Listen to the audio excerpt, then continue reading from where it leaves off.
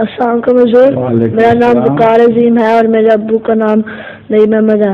حضور میرا سوال ہے، کوئی بندے کرسی پہ پڑھتے ہیں نماز، اور اگر کوئی جوتی پہن کے کرسی پہ نماز پڑھتے بیمار جو ہوں ان کو اجازت ہے، جو بیمار نہ ہوں ان کو کرسی پہ بیٹھ کے نماز پڑھنے کی اجازت نہیں ہے۔ جی، اگر کسی نے جوتی پہنی ہو اور وہ کرسی پہ بیٹھے، اگر کسی نے جوتی پہنی ہو تو پڑھ سکتا ہے نماز؟ کرسی پر بیٹھنے والے جوتیوں سمیت مسجد سے باہر بیٹھیں گے نا، مسجد کے اندر تو جوتیاں لے کے آ سکتے، تو باہر بیٹھے ہوں تو بے شک جوتی سمیت پڑھ لیں۔